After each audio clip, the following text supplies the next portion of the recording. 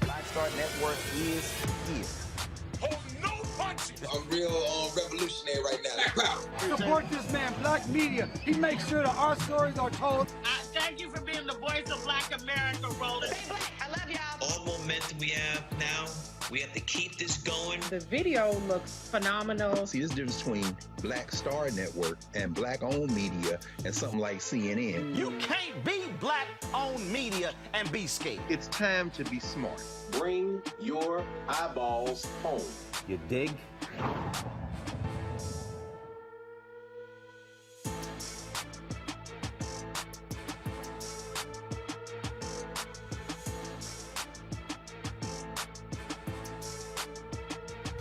February 28th, 2022, coming up on Roland Martin Unfiltered on the Black Star Network.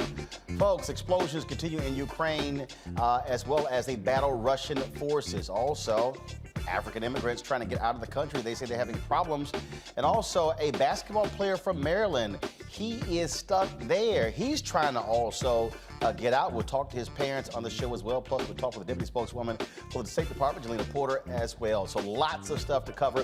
And we'll also have a Russian-Black relations expert talk about what's happening there as well. So we got it all covered for you, all different perspectives. You do not want to miss this conversation. Estee Lauder fires one of their senior executives for posting a joking, racist meme. Yep, he made $10 million last year. He ain't got a job right now. I keep trying to tell these people, stop tripping. A New York man gets a new trial after spending 24 years in prison for a crime he says he did not commit. Also, tomorrow's beginning of Women's History Month and Black Women's Appreciation Day. Talk with Dr. Avis Jones-DeWeaver about how everyone can help Black women overcome challenges so they can be more successful. Also, in our Fit, Live, Win segment, we're talking about Black skin care. Do you know what kind of skin you have and how to best care for it? We'll have an expert who'll break it all down for you. Folks, it's time to bring the funk on this last day of Black History Month. Well, we celebrate Black History every day, so it really don't matter. On the Black Star Network, let's go. Whatever the miss, he's on it. Whatever it is, he's got the scoop, the fact, the find.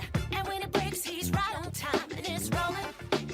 Best believe he's knowing. Putting it down from sports to news to politics. With entertainment just for kicks, he's rolling. It's on go, roll, roll, y'all. It's Roland Martin, yeah. Rolling with Roland now. He's funky, he's fresh, he's real, the best, you know he's Roland Martin now.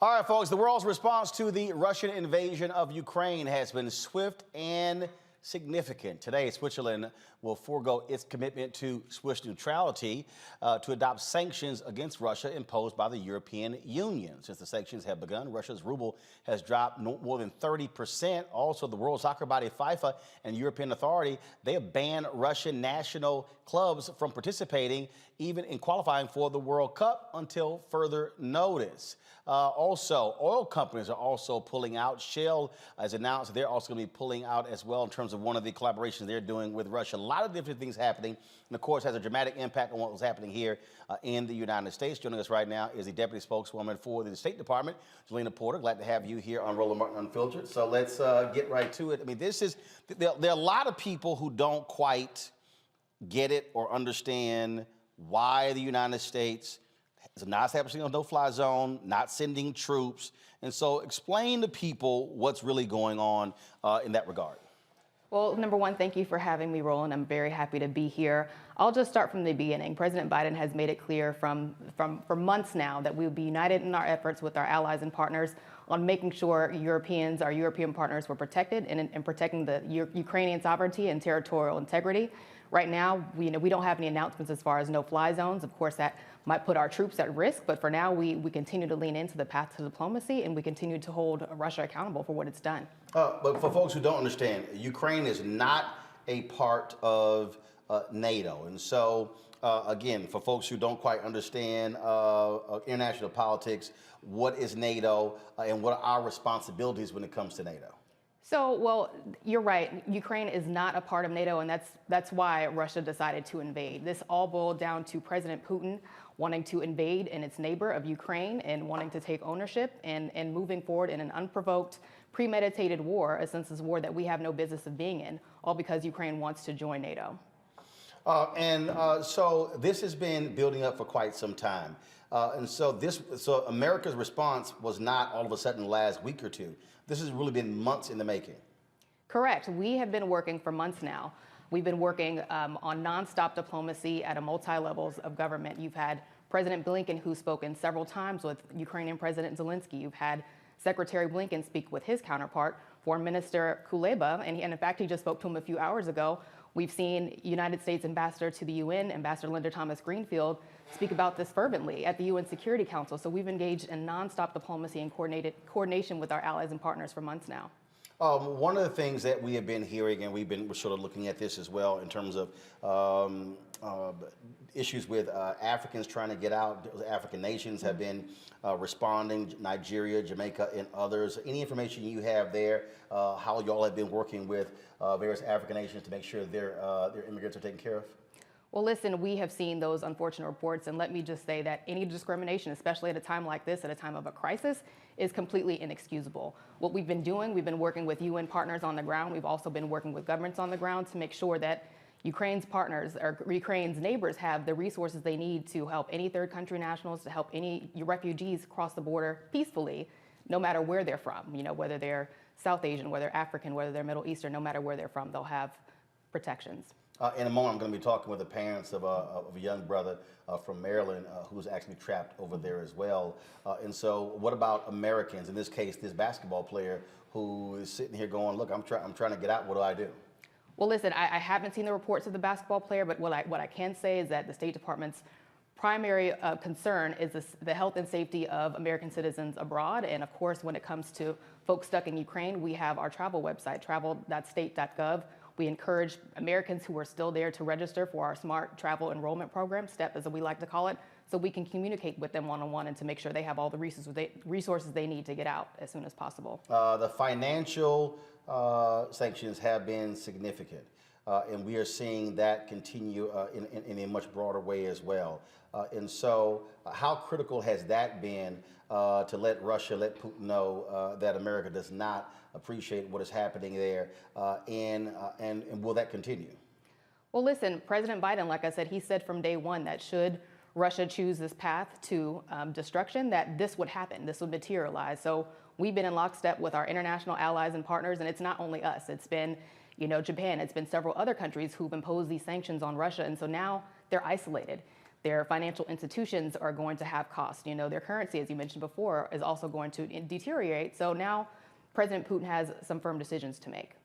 One of the things that I was just in Liberia for 8 days, and you also have actions taking place at the United Nations. So other countries, African countries, Caribbean countries, are also expressing their viewpoint as well. And so how has the United States, in terms of been rallying those leaders to stand with us and to stand with the world against Russia?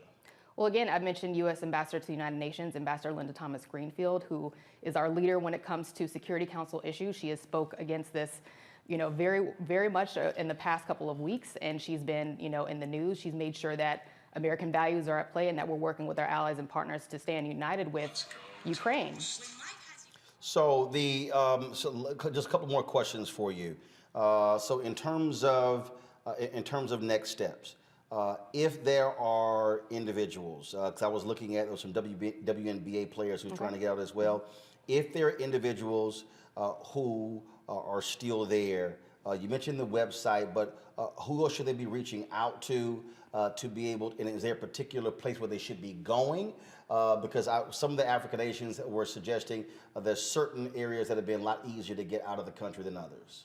Well, again, I haven't seen the reports of the WNBA players who are trying to get out. And again, I'll reiterate that the State Department, our foremost priority is making sure that Americans are safe. And so, you know, we encourage them to sign up for the STEP program so they can get accurate information on how to safely leave the country. Some of those details I won't get into for operational security reasons, but we do encourage them to sign up. So if they have folks who are here and they're having trouble reaching the folks there, what should the folks on this side of the Atlantic Ocean, what should they be doing?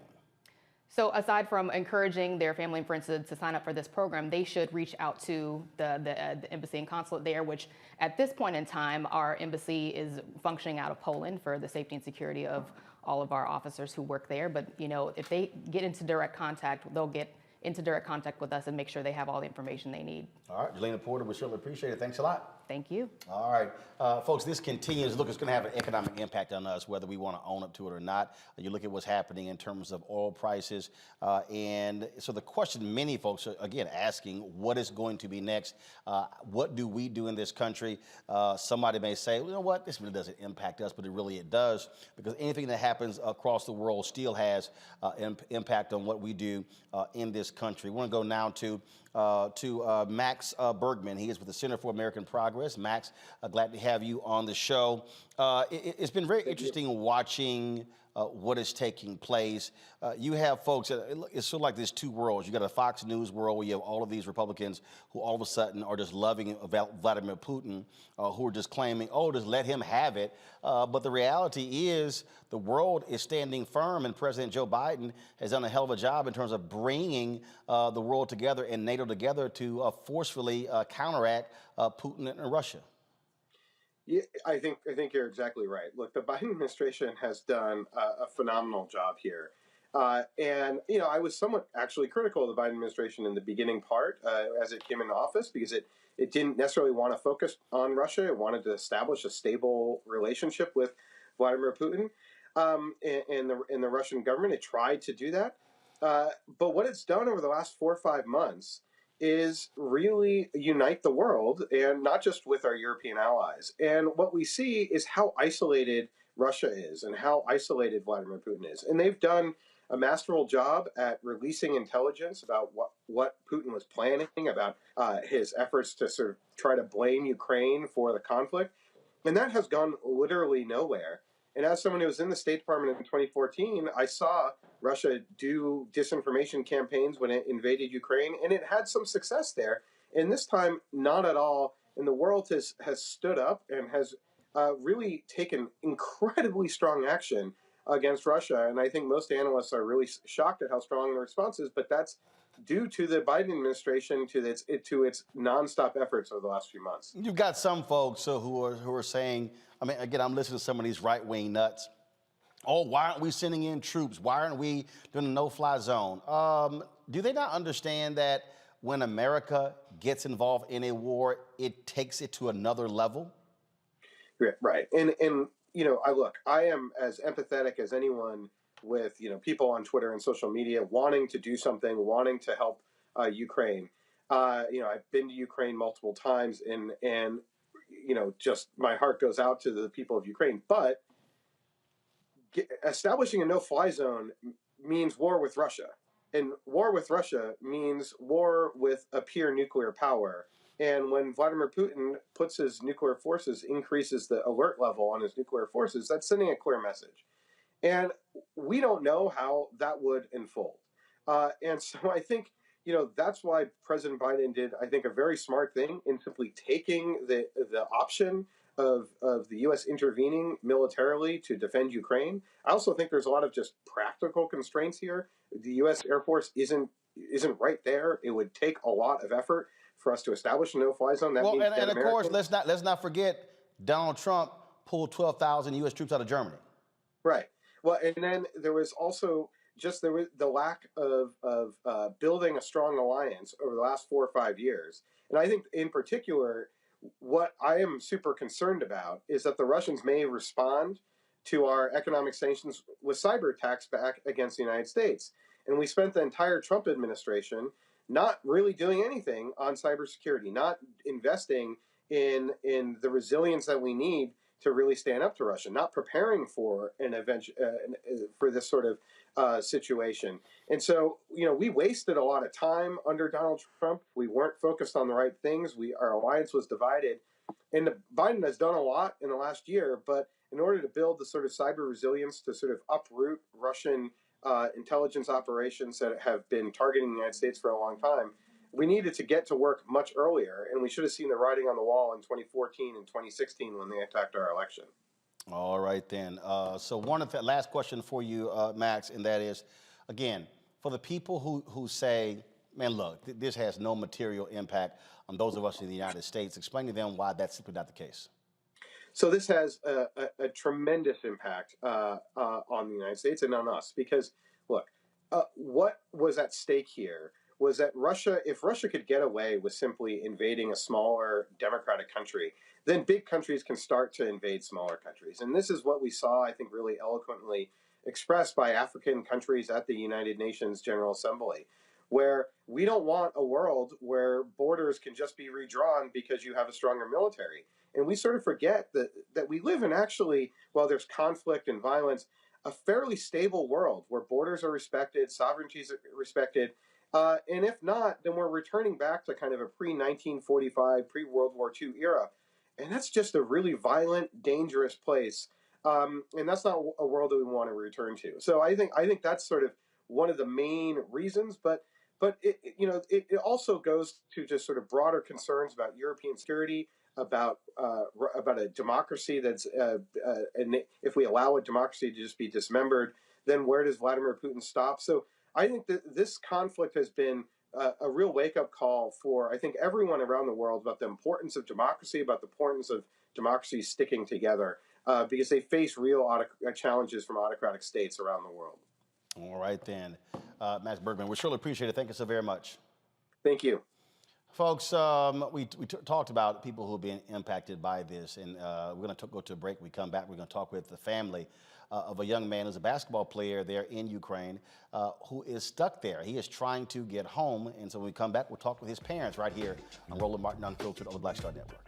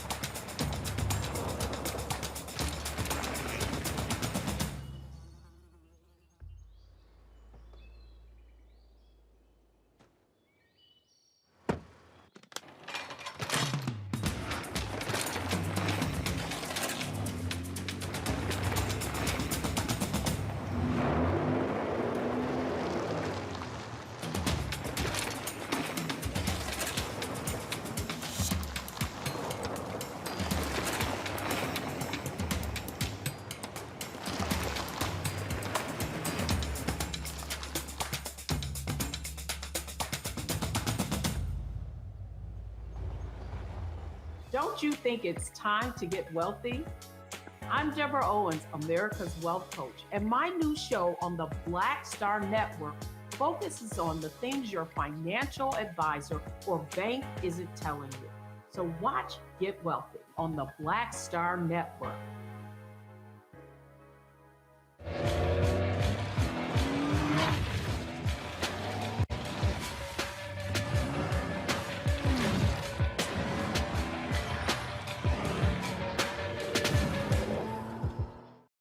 Pull up a chair, take your seat. The Black Tape with me, Dr. Greg Carr, here on the Black Star Network. Every week, we'll take a deeper dive into the world we're living in. Join the conversation only on the Black Star Network. Hey, I'm Antonique Smith. Hey, I'm Arnez James. Hi, this is Cheryl Lee Ralph, and you are watching Roland Martin, Unfiltered. I mean, could it be any other way? Really? It's Roland Martin.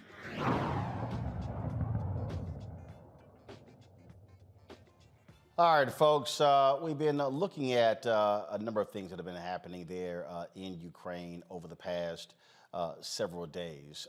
And one of the stories that jumped out was a young man who plays basketball there who was all of a sudden caught in the middle of this. He played basketball at Indiana University, and again, it's one of those stories that when you see it, you're going, "Oh my goodness!" You don't necessarily think about people who have been in these various countries. There are folks who are playing basketball. There are people who are working there.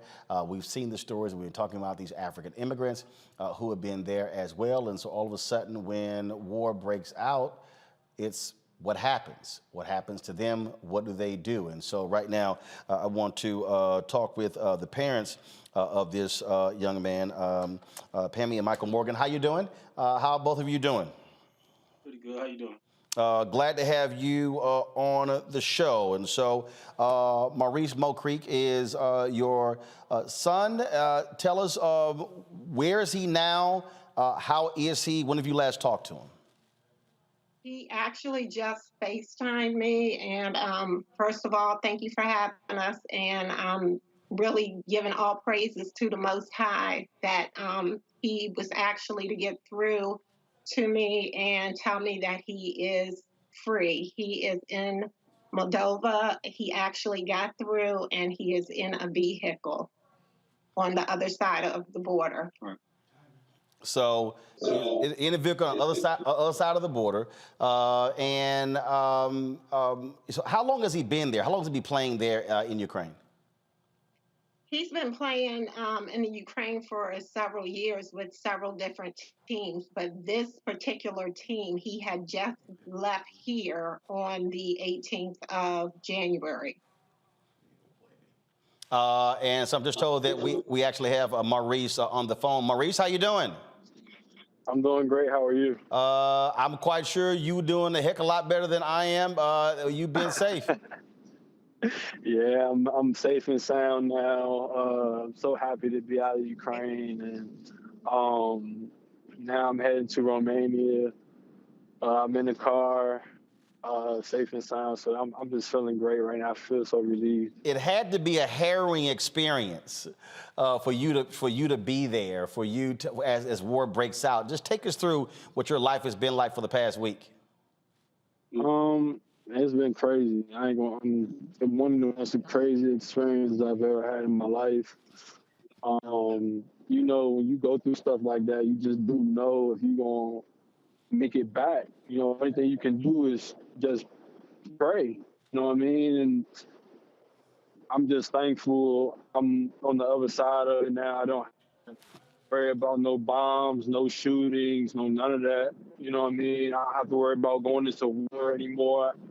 I don't have to worry about being safe on this road, drive I got, and getting back to my family.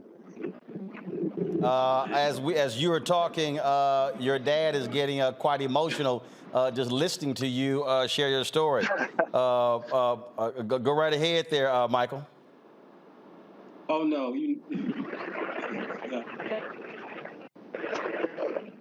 and to have your son out there like that, and him, oh man, it's crazy. It's been a roller coaster. It's been unbelievable. We are literally sleep deprived. Right. We were falling asleep before the show came on. Both of us. Look, I absolutely can understand that.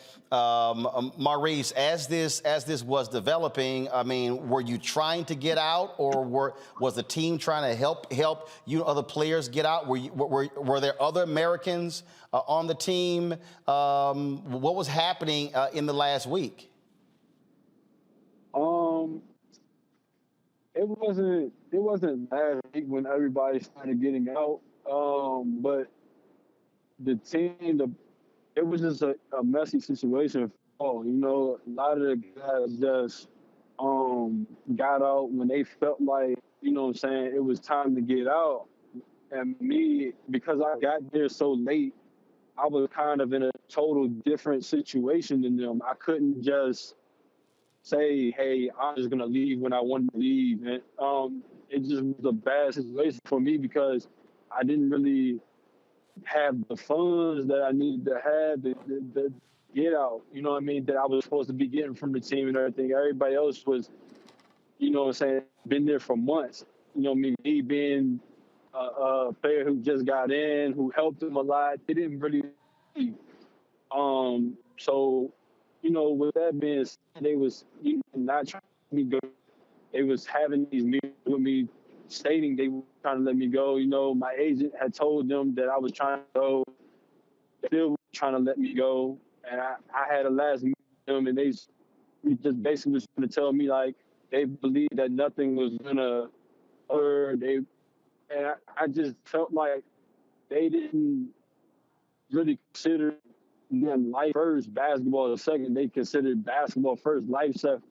And I just didn't feel the situation at hand like that. When you're doing business with a basketball player, it doesn't matter what you feel. It matters the personal, the side feelings, because at the end of the day, we are the ones that have to go there and play. We are the ones who have to win games. We're the ones who have to go and practice every day. You know what I mean? So if we're doing it for you, you should be able to understand, like, if we're in an uncomfortable situation, like how all of us just, and not just, but everybody. And I just felt like they didn't consider that. They just took it into their own hands to put our lives in their hands.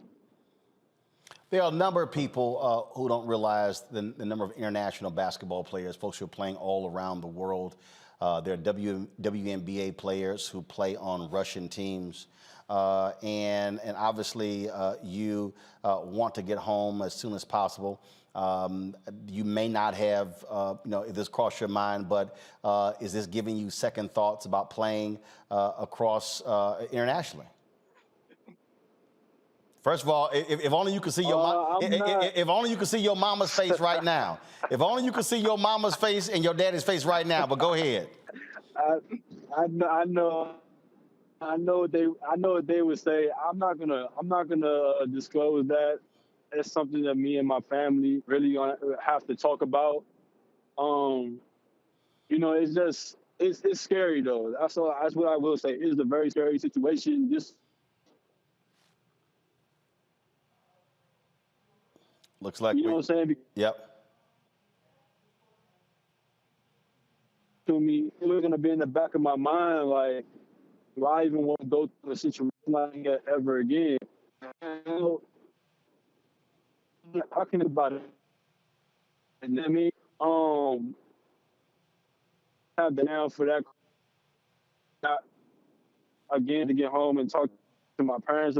I know they're thinking in the back of their head, but days that we're going to talk about family and. Well, I'll probably tell you this, Maurice, it's not in the back of their head. No, it's not. Y'all go right ahead. Go ahead. The whole city knows. Well, I'm sure, again, that's a conversation that y'all are going to have. And, of course, with the G League here in the United States and other efforts, I'm quite sure y'all going to be saying, son, it's time for you to stay home. It had to be, of course, a harrowing experience for all of you involved. Maurice, we're glad that you've gotten out of that area. You're on your way to safety. And again, be sure to stay safe on those roads. And again, I'm sure your parents cannot wait to see you back on safe ground in Maryland. For sure. Thank you. All right, then. Well, first of all, Mr. Morgans, I'm glad to have y'all on the show as well. Look, bottom line is very few people have had to experience this. Families that have had children who are in the military understand this, but it's a whole lot different when you send your son abroad to play basketball and all of a sudden a war breaks out. Absolutely. All he got is a ball. Yeah. And when you see a text message come through that says, "Mom, I love you," I mean, it was awful. And then he shows us what this bomb shelter looks like. I mean, it was unbelievable. And it's like, this is never going to happen to you in a million years. And then it ends up happening to us. It is unbelievable. Indeed. Well, I'm sure, look, y'all haven't gotten any sleep. You might get some, but I wouldn't be surprised if the two of you are not going to really get some rest until your son is in your arms and in the house. I can't wait. Tie down to a chair. Maybe duct tape too. I understand. Well, Pammy and Michael, I appreciate you joining us on Roland Martin Unfiltered. And again, we certainly are thankful that your son is out of Ukraine and on his way to safety. Thank you. All right. Thank you so very much. All right. We're going to bring in my panel now, folks. And see, this is the thing that for a lot of folks who are watching, again, when you hear these stories, not really understanding in terms of what the impact is. So Dr. Julianne Malveaux, she's the Dean of College of Ethnic Studies at California State University in Los Angeles. Dr. Omokongo Dabinga, Professorial Lecturer, School of International Service, American University. Reverend Jeff Carr, founder of the Infinity Fellowship in Nashville, Tennessee. Glad to have all three of you. I'm going to start with you, Omokongo. And the thing here is, I'm sorry, we'll get to Omokongo in a bit, but I want to go to, I'll start with Jeff. Jeff, it's interesting when I look at how people are commenting, how they're on social media, and how they're weighing in. And then when you see this family, then when you see the treatment of African immigrants, and then when people now begin to understand, oh yeah, you're thinking you're saying all of these white folks in Ukraine without realizing the impact of African immigrants, people who are traveling all across the world, and how we are all connected, if you will. Yes, indeed. And first off, man, welcome back. It's the first time I've been able to be on with you since you got back from the motherland. I'm glad you made it back safe and sound.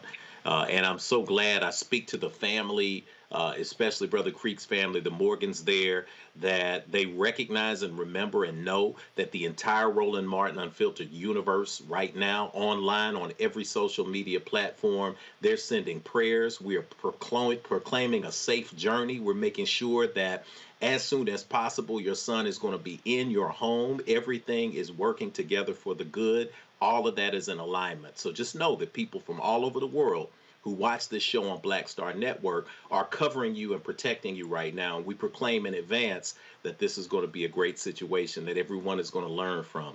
2010, Haiti. I was down there on a project we were building for a space that had collapsed, an orphanage there in the Delmas 22 neighborhood. And we were down there building, and there was a presidential election coming right after the earthquake. It was when Michael Martelly got elected. And right up to that election, when you talk about a war, it can happen with turmoil around political elections as well. And I'll never forget this feeling of being stranded. I try not to manifest fear. I'll say the only thing I fear is not reaching my goals in life. But buddy, when you're in an armored car with an escort, trying to move through crowds, and every single person is trying their best to get to an airport so they can just get to Miami, just get 45 minutes across the water, there is no feeling like being caught and trapped in a foreign place that you're not used to, and you don't have access to resources to get out of there. So my heart goes out to that family, but it also goes out to those who are struggling now to get into Poland, the immigrants who are trying to get across into Belarus, the conversations that are taking place internationally and globally now with what has become, very thankfully, an information war more than it has even a physical war. So these conversations that we're having, the pressure that is coming from social media, we are actually able to now make this connection globally with people who are in Ukraine, people who are in South Africa, people who are in Nigeria, Ghana, people who are Afghans who are also had some issues getting in and out of the country over the last several days, or 4 days since the war started.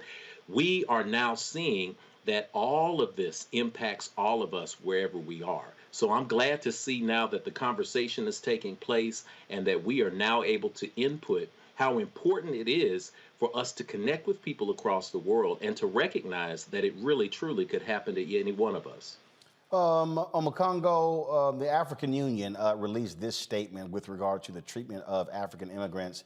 And this was released about 5 hours ago. If y'all can go to my computer, please.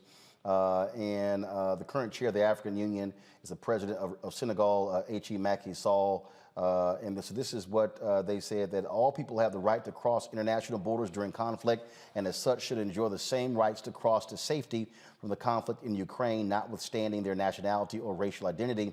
Reports that Africans are singled out for unacceptable dissimilar treatment would be shockingly racist and in breach international law. In this regard, the chairpersons urge all countries to respect international law and show the same empathy and support to all people fleeing war, notwithstanding their racial identity.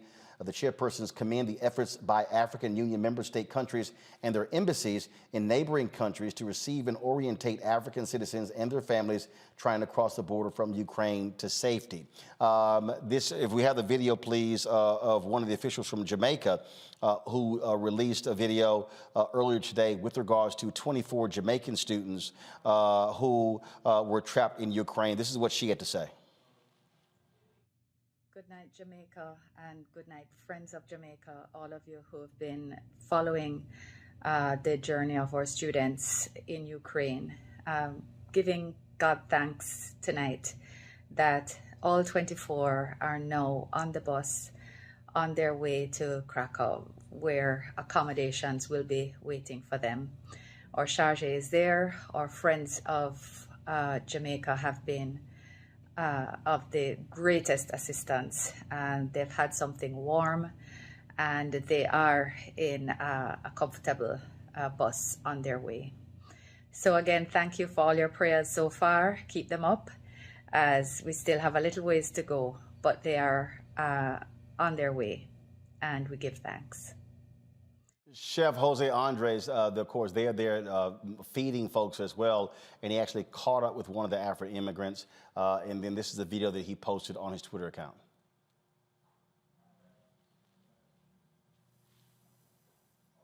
I just met her here. She's been walking, like many others, for many hours, if not many days, because the situation is difficult to leave Ukraine to come, because it's no cars, no gas, and many other issues, I guess. But I was asking her, because they were saying that if Poland and other countries were not allowing citizens from different countries, especially of Africa, and what do you have to tell us about that? We didn't actually face any problem coming here. We just got to the border and we entered. And then we just had to stamp our visas and everything. And it was sorted out. So I met some people from Congo that were with her. I saw some people from Jamaica. I saw people from India, from different countries around the world. But I've seen people from different countries in Africa. And I agree with her. Everybody's telling me, no problem. So don't worry, we're trying to, the government of Poland, other governments, they're trying to do the best to take care of the people. And thank you for sharing this with you, and best of luck. Bye. Makongo, again, when you hear these stories, it's important for us to let these countries know, no, you're not going to sit here and let 280,000 Ukrainians cross the border, but deny African immigrants. Absolutely. And quite honestly, Roland, it disconnects to your whole trip to Liberia. And it's great to see you. And thanks for everything you did on this trip to build this diasporic connection. I've heard so many African Americans talk about, oh, that's their war. We don't have to care about that. We don't got time to think about that. But there's Black people over there as well. And we have seen with other embassies, African embassies that have stepped up, we have to take care of our own, because when it comes down to it, folks will abandon us at the slightest opportunity that they have. I'm really wondering if there are Italian students and students from the UK and places like that, and Irish students who had no problems possibly getting across the border. It's not fair and it's not right. And furthermore, we have to understand that, as he mentioned, people from Congo, from all over the world, if we don't step up to demand that we are treated with respect at every step of this juncture, people are going to step all over us. But right now, people who are from the Ukraine and people across the Ukrainian diaspora in America are calling for us to stand with them and fight with them and pledge solidarity with them. And I do, 100%. I don't want to see any sovereign nation get taken over. I don't want to see anything that Putin's doing as it relates to his monstrous and dictatorial inclinations to try to take over the world. I don't want to see that put on Ukraine as well. But look, it goes both ways. If you want to get that empathy from us, you got to make sure that you're treating everybody the same. And so I commend those African nations that have stepped up to help take care of the South Africans and the other folks there who are having those troubles. And for all the black folks out there, we got to understand that we are part of a global community. The whole trip to Liberia was about that. You're welcome there as family, as an African son. And we are across the world. And right now in the Ukraine, like I said, I support the Ukrainian people 100%, but we got to make sure that we get our support there as well, because if we're all in this together, we really got to be all in this together. Julian, we're seeing folks at Reuters and Al Jazeera are reporting of these African immigrants, Nigerians and others, saying there've been video of actually African immigrants being kicked off of trains in Poland as they were trying to flee. This is an Al Jazeera headline. Nigerian students reported guards giving priority to Ukrainians on evacuation trains and denying entry to Poland, which has taken in 327,000 Ukrainians. Roland, first of all, welcome back.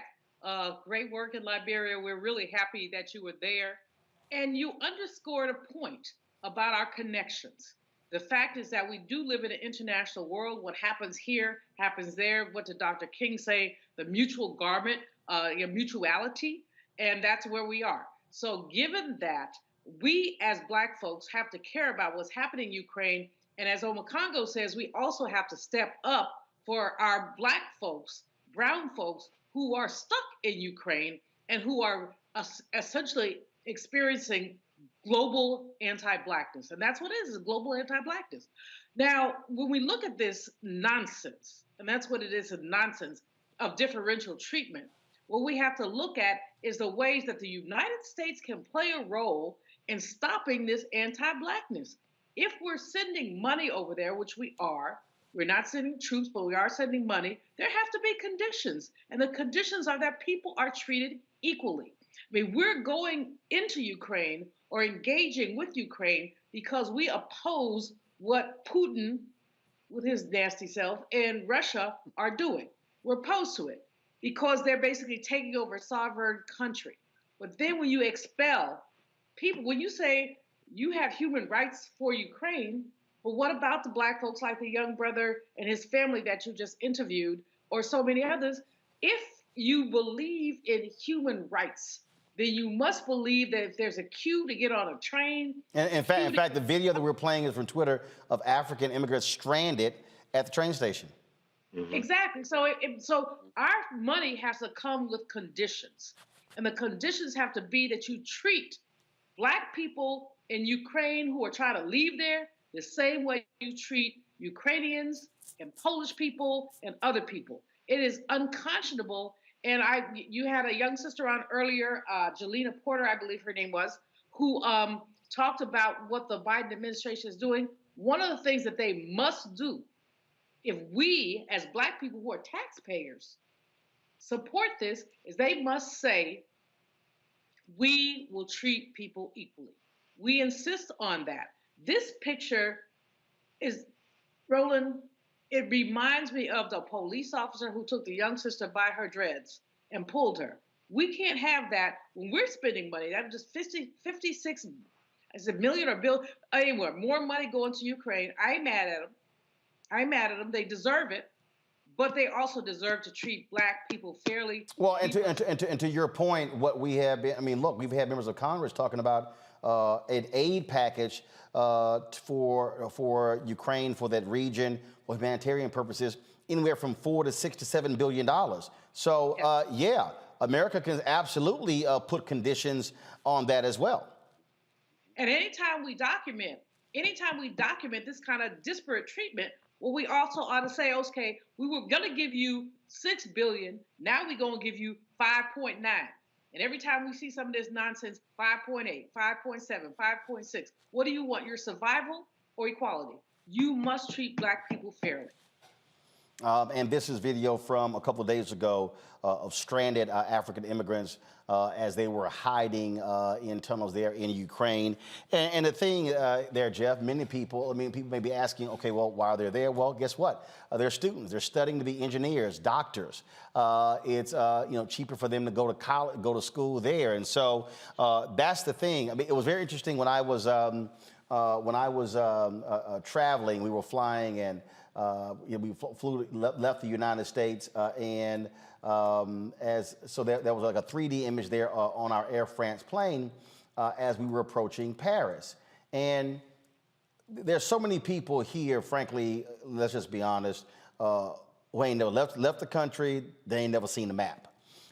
And the thing that's interesting when you talk about these countries, when you talk about the proximity, if you will, of these countries. We think in terms of just states here in the United States, as opposed to, so take a look at this map right here, all right?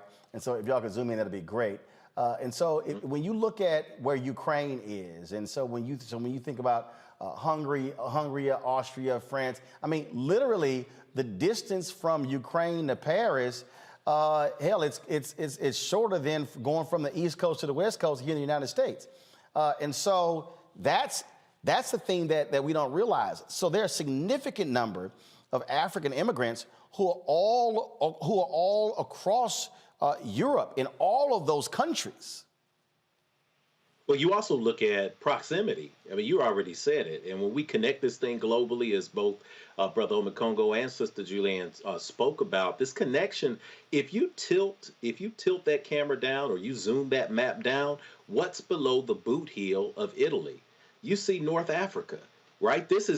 We're not far away. We're not talking about a country that is separated from a continent like we're separated here in America. This diaspora notion of understanding who we are and how we are connected is important anytime we analyze geopolitics and we say, where's Ukraine? What does Ukraine have to do with us? Well, look, Ukraine regionally is on the top to the north of Africa. Yeah, so on this map right here, right here, you'll see it. So you'll see Ukraine is at the top there, and then you'll see, Algeria, Morocco. Yeah. So when you look at where Turkey is and where Syria, Iraq, and all of a sudden you go into Egypt, Libya, Algeria, Tunisia, Morocco. Yeah. Indeed, and that's where it is. So that's where people are. But you also look at Ukraine, and you talk about Ukraine from a space of exit from the former Soviet Union. And you look at 1990, 1991, when you had this USSR, some elected officials have still referred to Russian President Vladimir Putin as a Soviet and the Soviet Union. There's got to be a memo to go out for that for elected officials. But when you talk about them proclaiming their independence in 1990-91, what do they have to offer to the world? This is why you have to understand supply chain issues. Many of us are feeling the pain. I've got the minivan fueled up yesterday, and I said something has changed in this world because this gas is killing me. It's gone up 10 cents a gallon on the national average here. When you talk about Belgium, you talk about France, you talk about Germany, they have absorbed the punishment and have been willing to absorb the punishment at the gas pump because of what they receive from Russia and from them saying, we're going to have these sanctions in place, but we're going to feel it over here. Ukraine, #1 in uranium reserves that are recoverable. #1 in Europe in the production of ammonia. You want a clean house around the world. That's going to affect the supply chain. #3 in the production of corn. How do you like your corn? Do you want to be able to roast some corn this summer? This is a supply chain issue for the entire world, and this is why we have to come together to understand that a country that you don't really hear about in our daily conversation is also responsible for 75,000 pounds of beef production every single year, something that affects the agrarian economy all over the world. This is a key piece of real estate, and that is why Vladimir is over there, Putin, on the rest of Europe to try to gain control of this space. Thankfully, we have this conversation going in a place like this. This is how powerful the internet is. Absolutely. I want to go to Kimberly St. Julian Varnon. She is an expert in race and blackness in USSR and also is a review editor for H Ukraine. And so glad to have you here. First and foremost, just give us your thoughts and perspective on the racial dynamics that we are seeing play out there as these African immigrants are trying to get out of Ukraine, the resistance they're getting in Poland and how they're being treated. So for people who have no understanding of this part of the world. Thank you for having me. And unfortunately, for someone who does know a lot about this part of the world, this isn't surprising. The issues of racism that we're seeing at the Polish border in particular, but there are also some reports at the Hungarian border. I was worried about this last week when the threat of war was possible. So Ukraine, unfortunately, and Poland and Russia, all of them have problems with anti-Black racism, but also anti-Roma racism. But Ukraine also does have a very large African student population. There's also an Afro-Ukrainian population. And so what we're seeing playing out at the border is kind of the worst case scenario. You have the chaos of war. You also have a very understaffed border, bureaucracy in both Ukraine and in Poland. And so I've been following online some of the videos that have been posted about what's going on at the border. And so the racism that we're seeing, it's not surprising. It's actually, kind of to be expected. But what has been a pleasant surprise is I've been following particularly an African student who was he's been posting for the past 3 days, but he posted today that his group did make it over the Polish border and they were treated very well by the Poles and by the Ukrainians on the other side. It seems that they're having their problems with these officials. So you're kind of seeing a new form of more structural racism. It's not new, but you're that are really impacting these African students. But also Roma students, Roma residents. So it's very complicated, but the racial dynamics, I think, are really clear. And unfortunately, this is not new for Eastern Europe. Poland has had problems with anti-Black racism. And just, in December, we saw Syrian refugees freezing to death on the Belarus-Polish border because Poland wouldn't let them in and Belarus didn't want them. So unfortunately, this was predictable just from that episode alone in December, but from the long history we've seen, especially over the past 10 years, of kind of anti-Black racism in this part of the world. And also, for folks that need to understand, Vladimir Putin is a white nationalist. Oh, yes. Vladimir Putin believes in a white world. That's why it's no shock to see so many Republicans touting and praising Vladimir Putin. Oh, yes. And I've written about this so often. Some of the white supremacist language we see in the United States, it's them parroting what they, in Russia is what we've seen in the United States. You see a lot of shared talking points between the right in Russia and the right in America, and all of them, what they have in common is this dedication to white supremacy. And so when we see how Putin talks about Ukraine, and one of the reasons he looks down on Ukraine is because Ukraine has always been a multilingual, multi-ethnic state. And so we should, and when people ask me, why should I care about Russia if I'm Black in America? Because Putin's talking points become the talking points of bots that are undermining our democracy in 2016, right? So we have to pay attention to this because he's using American understandings of race and white supremacy to undermine our democracy, but also to harm people of color inside of Russia. Well, it's very interesting to watch all of this play out on Congo and to see how so many folks on the right are full embracing of this. There was a poll that was taken where 6% of Trump voters are praising President Joe Biden for his leadership when it comes to this. And it's interesting. So, Bill Maher said last week that we should really be sensitive and to really try to persuade the people who voted for Trump. And I'm going, no. Because when you listen to their rhetoric, I mean, you turn on Fox News, thank God for Jen Griffin, who is doing a hand-to-hand combat, because they got folks on the air who say, oh, no, just let Putin take Ukraine. It's no big deal. Let him have it. I mean, people need to understand. I talk about my book coming out in the fall called White Fear. These folks want a white world. Everything that we're talking about with the changing demographics in the United States, Europe has been dealing with that for the past decade. And there's been a severe backlash in France, in Italy, in Germany, in all of these countries of African immigrants coming because also the white folks are dying off. Yep. Oh, absolutely. And it's very interesting going to your first part about the Republicans. You know, Malcolm Nance talks about this a lot. These Republican senators and these leaders of these white supremacist groups, they're in Russia on the regular. And these congressmen, they have strong relationships with Russia. He said once to Donald Trump, they've been surveilling him since there was a Soviet Union, since 1977 when he married Ivanka. So they've always had their fingernails deep into these Republican spaces and places. And like our professor said here, they are just parroting everything. This is what we're talking about, Viktor Orban. This is a global movement right now of white supremacy. And in the United States, it's Tucker Carlson, who's on Russia TV like nightly now, and Donald Trump, who are the ringleaders in the United States. I think it's also important to remember that when we talk about these African immigrants, so many people, not here tonight, but want to paint Africans as people who are over there just because their situation at home is terrible and they want to get out there and get help. No, let's also remember that a lot of these European countries are geostrategically trying to get on the African continent as well to continuously exploit us for our resources. And Russia's doing the same thing. China's doing the same thing. I mean, these were the foundations of slavery, trying to exploit Africa for its resources.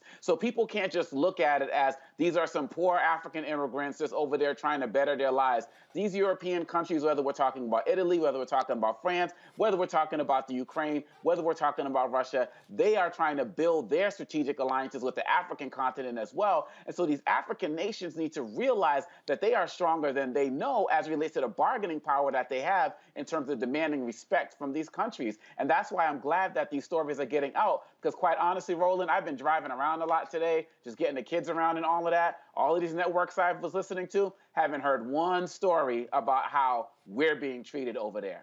Well, and the thing that is important here when we talk about what we're seeing, when we talk about what is developing, and again, I love these people who say, "Oh, you shouldn't really talk about these things." Kimberly, you cannot ignore whiteness. You cannot ignore that. When you listen to the language, the CBS News correspondent who called the area civilized compared to Iraq and Afghanistan. I mean, people listen to the words that are being used to describe this. There was a video floating around, the Ukrainian official talking about fighting for white, blonde, blue-eyed folks there in Ukraine. Listen to what people are saying. One of the things that's important to understand is the history of Black people in Europe. We've been in Europe forever. There's documentation from the 16th, 17th century when they were taking our people to Europe. So to act like we're foreigners, no, just like we built these United States, we have been woven into European history, and the ignorance that flows from mainstream media is galling. Kimberly? I agree. And I think it's important to recognize, like, there is an Afro-Ukrainian population, and they've been there, for decades. There is a large Afro-Russian, population. So when people like to portray Ukraine as white, they're erasing these populations, but as I said on social media, let's understand, like, this is also about proximity to whiteness, and Ukraine has only recently been recognized as white. So this Ukrainian, member of government who was saying, white, blue-eyed children, there actually aren't that many white, blue-eyed children in Ukraine, but also this is a new ability to claim whiteness that Ukraine hasn't had for years. Ukraine suffers from white supremacy just as, African American suffers from white supremacy. So these people of color in Ukraine are constantly being erased in this conversation, and it's really harmful to them. Jeff? Yeah, indeed. I wanted to ask Dr. Kimberly because thank you so much for the work that you put in and the context that you bring into the conversation. Is there organization amongst people of African descent in Ukraine? Are there organizations that are pushing to make sure that there are equal rights there? What does the landscape look for global people of African descent there in Ukraine or Eastern Europe? So unfortunately, and this is a problem when you work in Eastern Europe, in general, particularly Ukraine and Russia, which is where I focus, you don't actually identify as a race when it comes to census materials and things like that. So we don't have a specific number. And if you know, how can you claim systematic racism if you don't have a number, right? So there are some groups that I've seen, like particularly at particular universities where there's a large contingent of African students, like in Lviv and Kiev and Kharkiv. And Kiev and Kharkiv are being bombarded right now. But there also is like a small but growing community for Afro-Ukrainians. And I know there's one based in Kiev. So you do have these small groups, but they just don't have enough pull to kind of, get these resources that are really necessary that they need at the border. So what I've been trying to do through my social media is to compile consulate and embassy resources for various African countries for these students who, once they get to the border, they have a contact number or some type of information that they can have with them. But also when people have asked me, I have a cousin who's in Sumy, which was bombarded heavily for the past few days, where can they go? I have to say stay, because trying to get from Eastern Ukraine or Western Ukraine right now is very difficult. So I think the social media presence is actually helping. So for those of us who aren't on the ground in Ukraine right now, we're still doing our part to help them because they don't have those concrete groups on the ground. All right, then. Well, look, we certainly appreciate you joining us to offer perspective on this. We're going to continue to certainly watch what happens there. Kimberly St. Julian Varnon, thanks a bunch. Thank you. All right, folks, got to go to the break. We come back. An Estee Lauder executive made about $10 million last year. Then he decided to share a racist meme on Instagram. He ain't got no job today. I'm explaining to you exactly what took place. We'll show that to you. Also, breaking news. We were supposed to have Grambling head coach Hugh Jackson and new offensive coordinator Art Briles on today's show to talk about his hiring. Briles has now resigned. We'll tell you about that and discuss it as well. You're watching Roland Martin Unfiltered right here on the Black Star Network.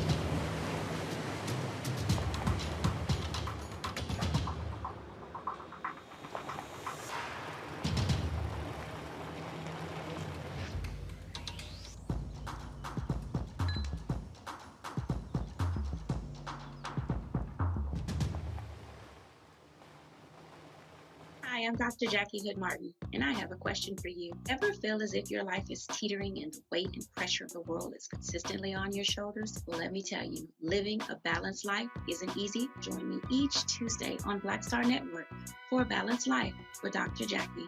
We'll laugh together, cry together, pull ourselves together, and cheer each other on. So join me for new shows each Tuesday on Black Star Network, A Balanced Life with Dr. Jackie.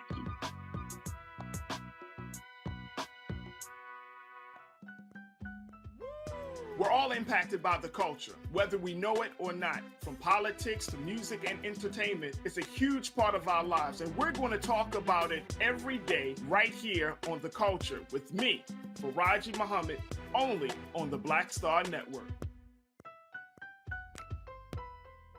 Hi, I'm Eric Nolan. I'm Shantae Moore. Hi, my name is Latoya Luckett, and you're watching Roland Martin Unfiltered.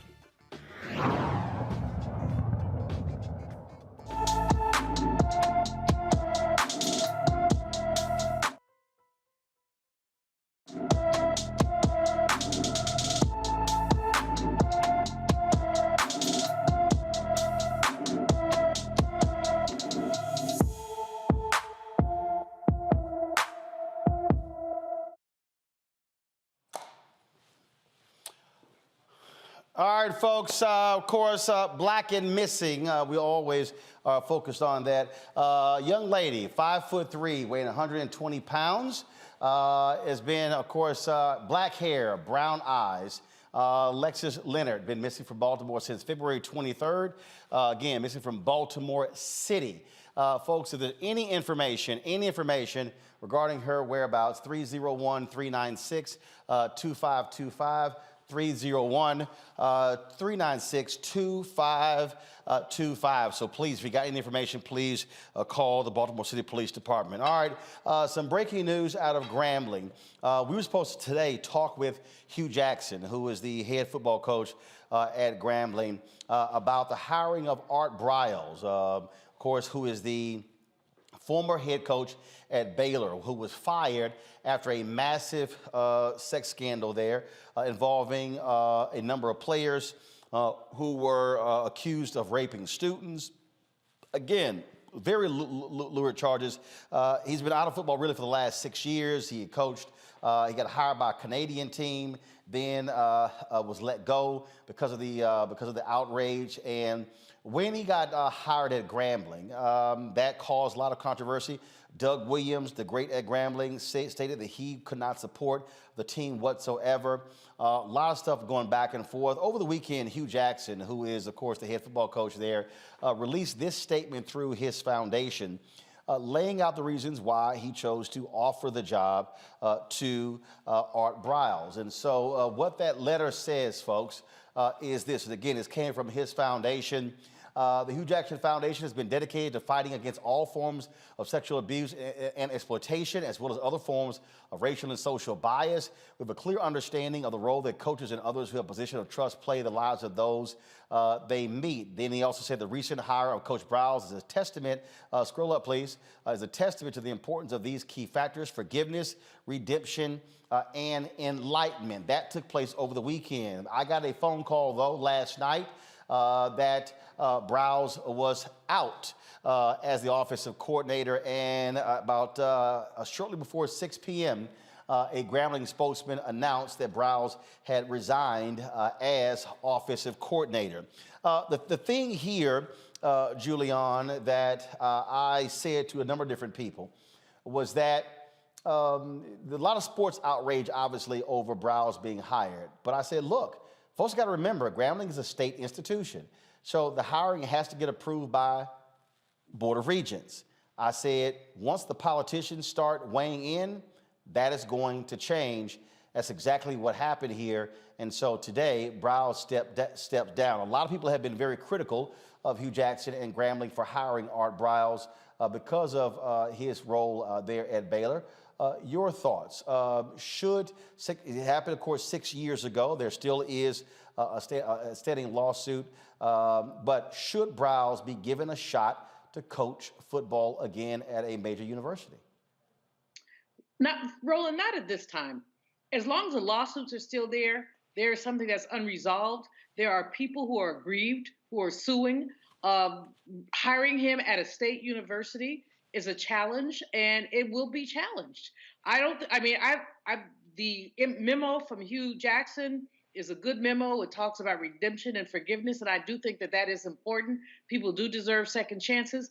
But at the same time, I think that when you are talking about a state university where taxpayer dollars are going to support that university, that people have to be enormously cautious about what they bring to the table. And so maybe in 2, 3, 4 years, maybe after the lawsuits are settled, but no, not right now. I think that his resignation was on time. It shows self-awareness. But frankly, I think that those who hired him had their heads in the sand. He may be talented. I'm sure he's talented. You know, I'm not a sports person.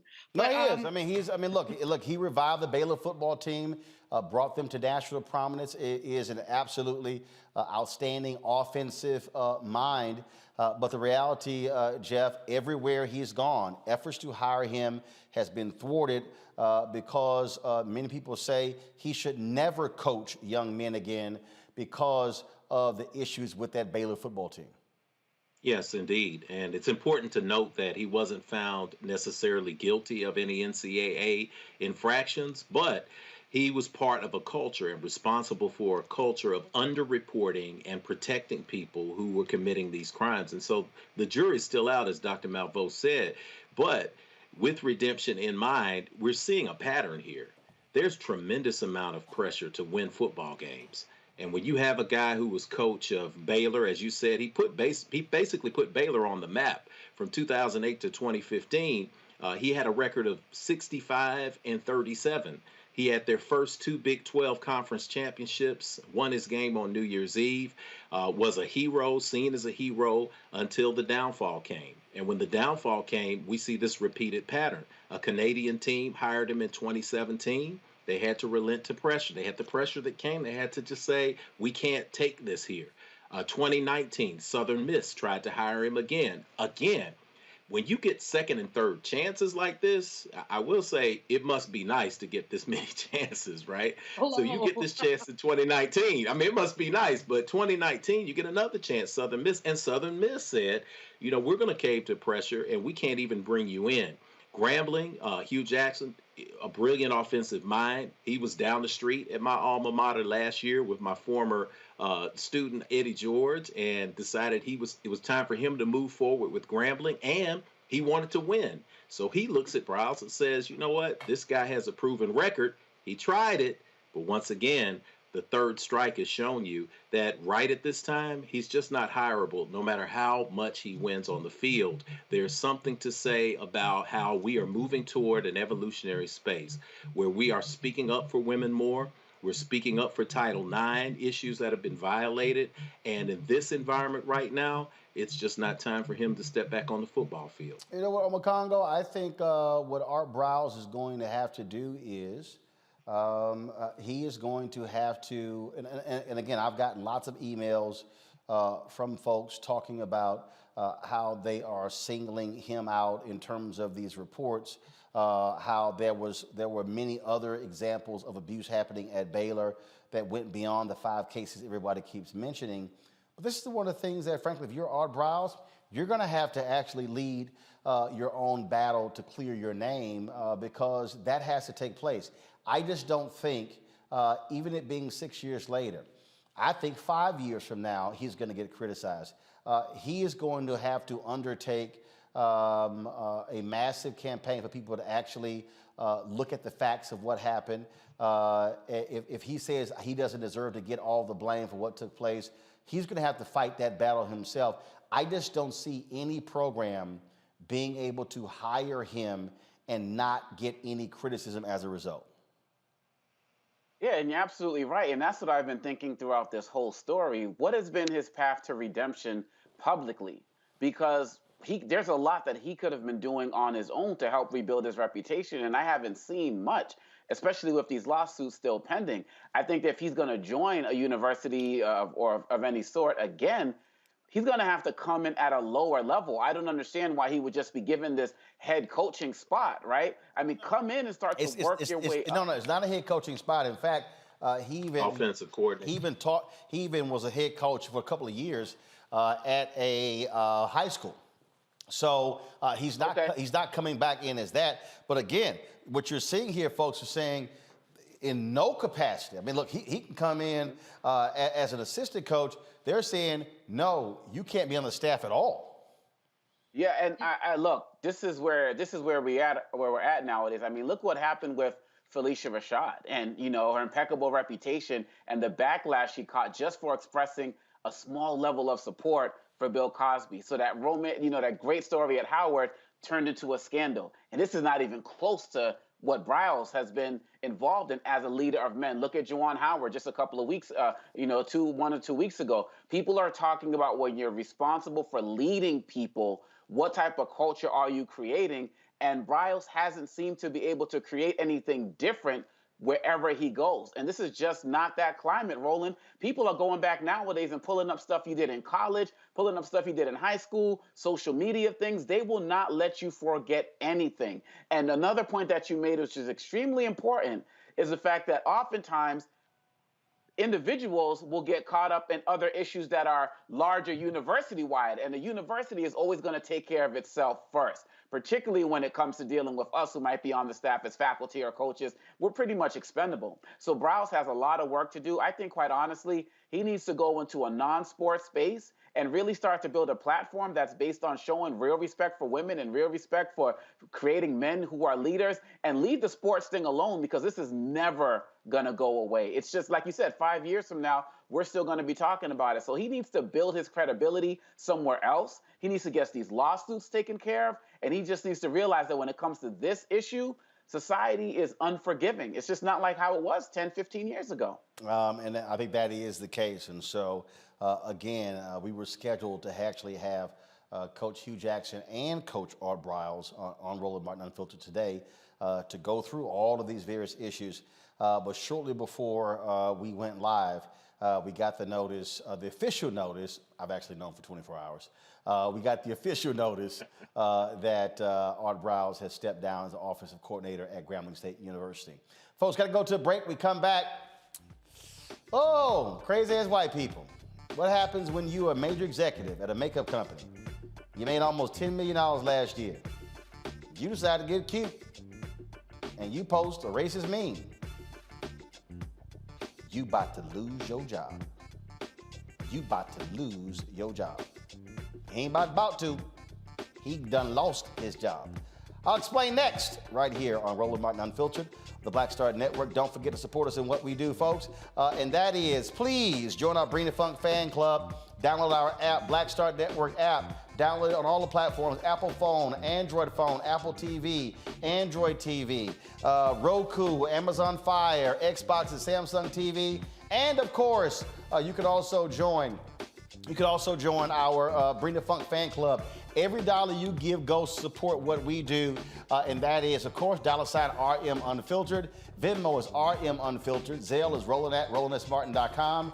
PayPal is rmartin Unfiltered. You can also send a check of money order to P.O. Box 57196, Washington, D.C. 20037, 20037. I'll be right back.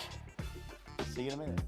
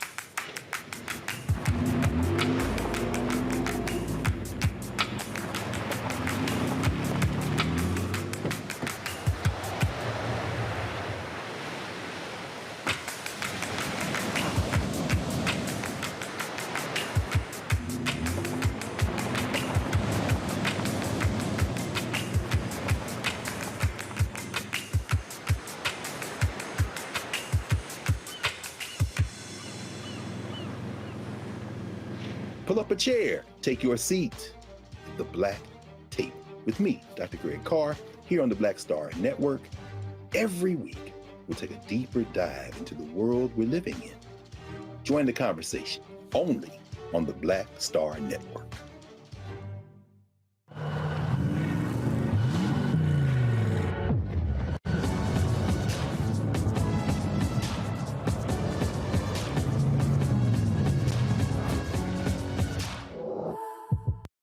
It's Kim Whitley. Yo, what's up? This your boy Ice Cube. Hey, yo, Peace World. What's going on? It's the Love King of R&B, Raheem Devon, and your I'm Chrisette Michelle. Hi, I'm Chaley Rose, and you're watching Roland Martin Unfiltered.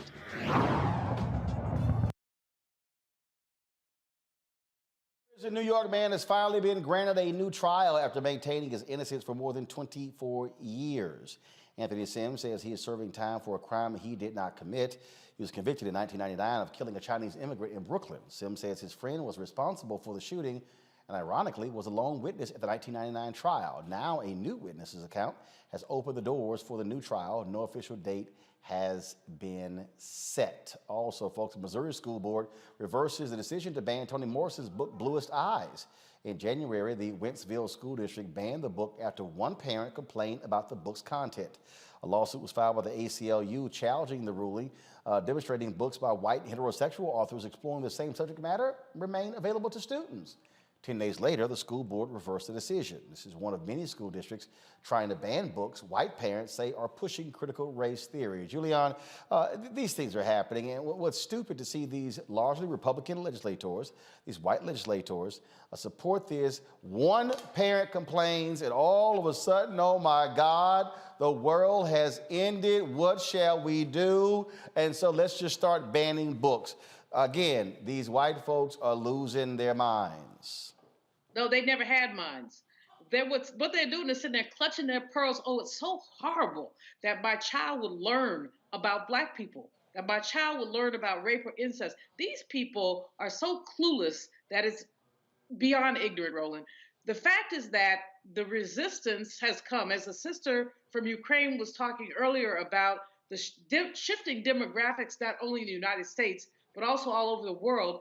As the demographics have shifted, white folks are clutching their pearls and saying, oh my, white supremacy is falling. Oh, hell yeah, white supremacy is falling. And that's why we have at Cal State LA, the second college of ethnic studies in the nation. That's why we have folks who are taking us from margin to center, in the words of the late, great Bell Hooks. That's why this is just nonsense. One parent should not be able to stop a book. Okay, tell your child they can't read the book if you want your child to be ignorant, but do not sue the whole school system. We're putting an inordinate burden on the educational system when these vapid white parents are resisting reality. And that's what they're doing, is resisting reality. It's not critical race theory, it's culturally responsive teaching. That's what people are doing, because critical race theory is not taught in K through 12. But this was their strategy. Omakongo, I kept telling people this. I said their strategy had nothing to do with critical race theory. It was to group anything and everything under that banner. Anything dealing with diversity, anything that's Black, that was their whole strategy. That's right. I mean, we're talking first grade books about Rosa Parks, books about Malala, like anything with Black and brown they went for. I know one of these congressmen has a list of over 800 books that he wants to ban. And the sad part is, Roland, is that they are still winning. I'm in these schools every single day, K to 12, public, charter, private schools. These teachers who I've been working with for years now, they're even scared to even think about introducing a lesson because of the backlash. I talked to one 6th grade teacher who said a parent told him, yeah, talk about Dr. King, that's cool, but don't talk about Malcolm. You know, he's one of the bad guys.